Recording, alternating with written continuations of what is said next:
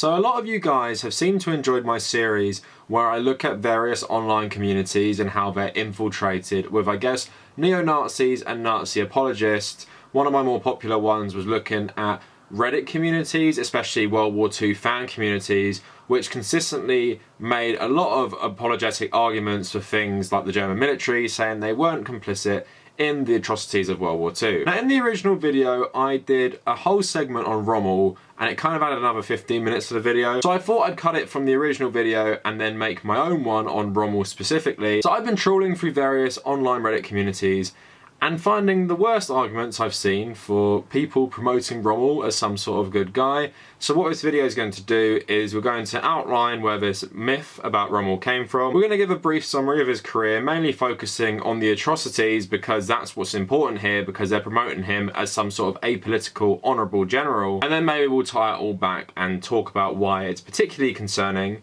that people like Rommel and the Wehrmacht and different institutions that were involved with the Nazis constantly get sanitized, and as we move away from World War II, it seems like even get promoted as good things. But before we get any further in the video, please like and maybe subscribe. I really want to hit 10k this week, and it would mean a lot to me if you subscribe to the channel. Please also check out my Patreon and my social media links in the description. So in the last video, I basically outlined how the Western powers in World War II sanitized the Wehrmacht and their actions during World War II so they could quickly rearm West Germany because of the Cold War and because of the threat of the Soviet Union coming out of East Germany. So just reading from the Wikipedia entry, the description of Rommel as a brilliant commander started in 1941 with Rommel's participation as a component of Nazi propaganda to praise the Wehrmacht and instill optimism in the German public.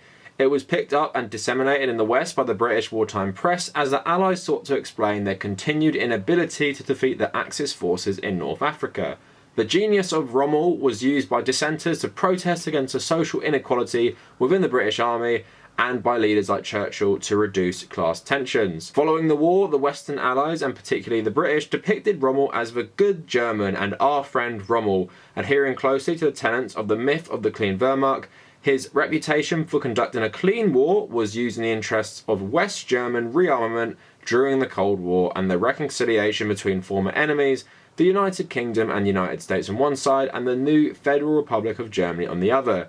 The 1950 biography, Rommel, the Desert Fox, and the 1953 publication of the Rommel Papers added to the myth, which has proven resilient to critical examination. Now, often what apologists for people like Rommel say is that he wasn't a Nazi and didn't really have ties to the Nazi party. Well, based on his history, it's pretty clear he was closely aligned with Hitler. He was even pretty good friends with him. So the United States Holocaust Memorial Museum writes, Rommel served as an instructor at the Dresden Infantry School and from 1935 at the German War Academy at Potsdam. Impressed with Rommel's excellent reputation as an instructor, Adolf Hitler assigned him in 1937 as the War Ministry liaison officer to the Hitler Youth, tasked with their military training. But Rommel clashed with the Hitler Youth leadership on many issues and was removed the following year.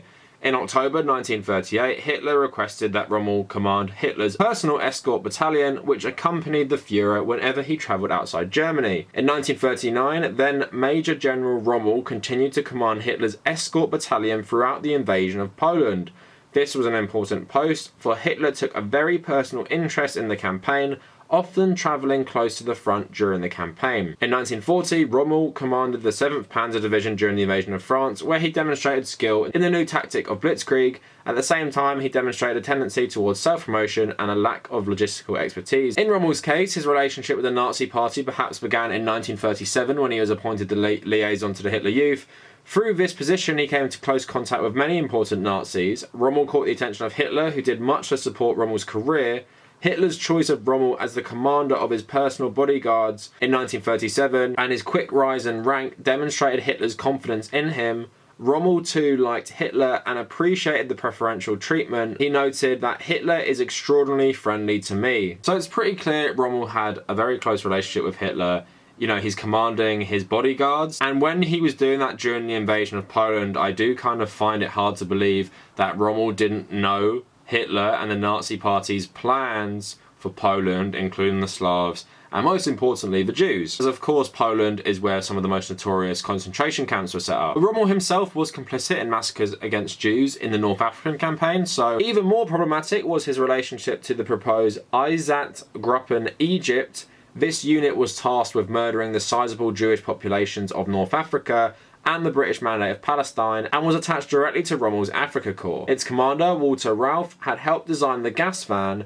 Ralph met with Rommel's staff in 1942 to prepare for the arrival of units. No evidence exists to record Rommel's position on the proposed measure, but he was certainly aware that planning was taking place. While the larger Einsatzgruppen was never deployed, smaller detachments did murder Jews in North Africa. So to bookend Rommel's life, of course many of you are aware there was a plot to kill Hitler. Well, the plotters actually said they would like Rommel to take over. The evidence seems to suggest that Rommel didn't actually have any knowledge of the plot, and they just put him in without his consent.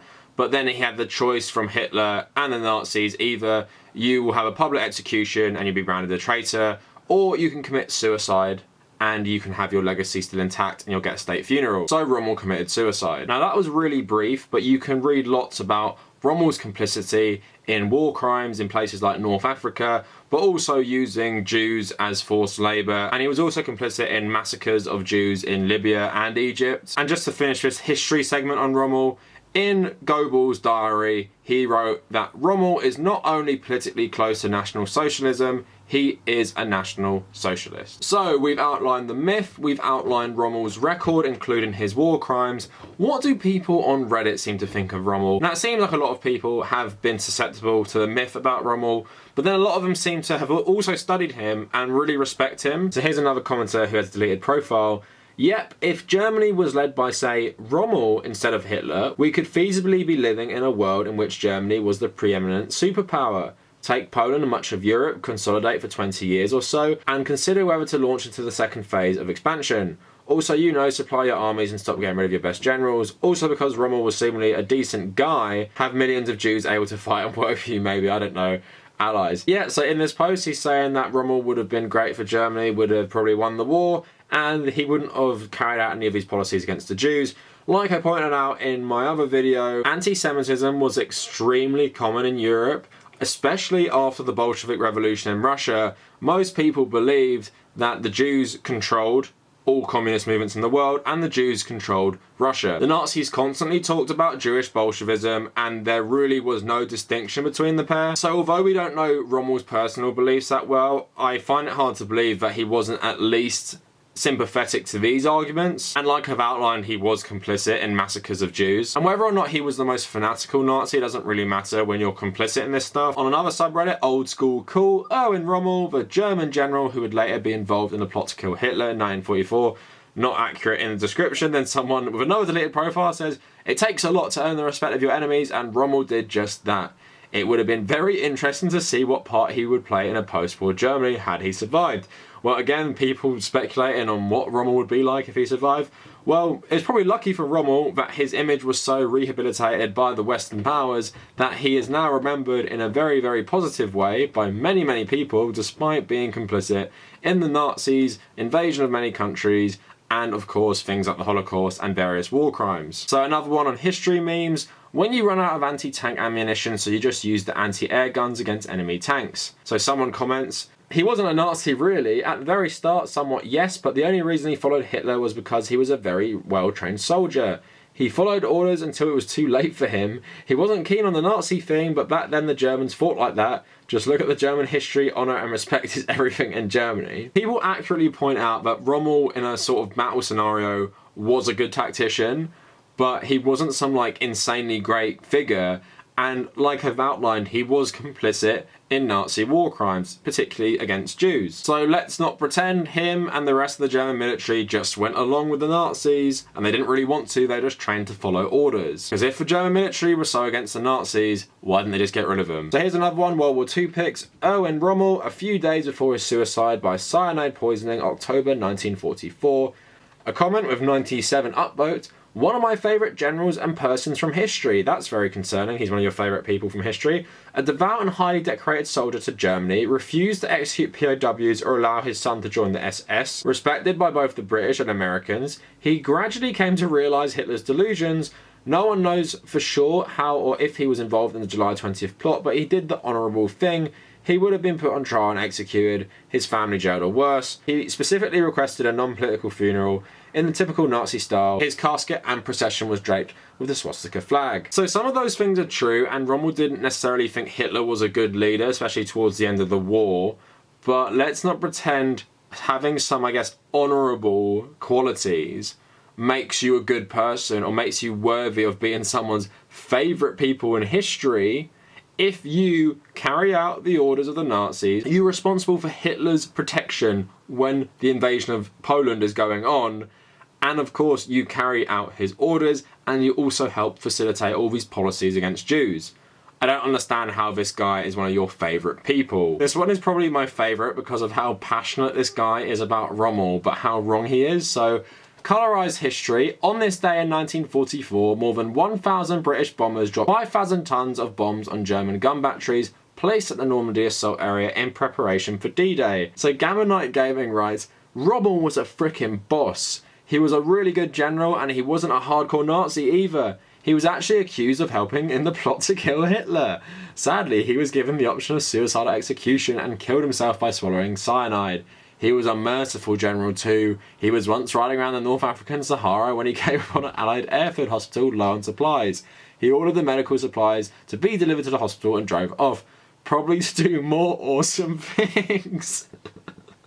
Oh my god, this one is by far the worst. I don't know if he's trolling, but it kind of feels like he's not. This is 3 years ago.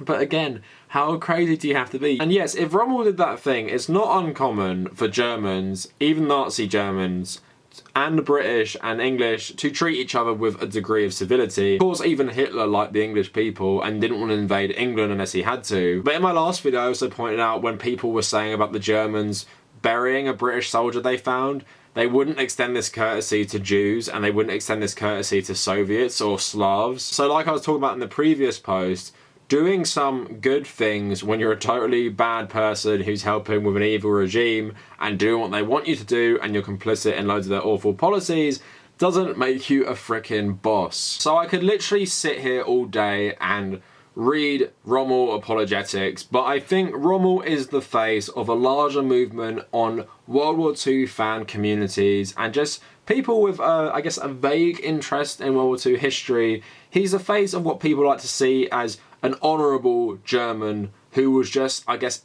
in the mould of old school people from World War I, and that because he was in the military, he just carried out the orders and he fought in the war for Germany, but he didn't really have much of a choice, and as much as he could, he tried to be fair in combat, he tried to do the honourable thing, and he wasn't a Nazi. And the main evidence for him not being a Nazi is that you can't find real concrete stuff of him saying what he believes, and he wasn't in the SS. But at the same time, when you read his record, you look at what his armies do, you look at what he's complicit in, it's pretty clear that he got on board with the Nazi ideology. Come on, he ran Hitler's security detail.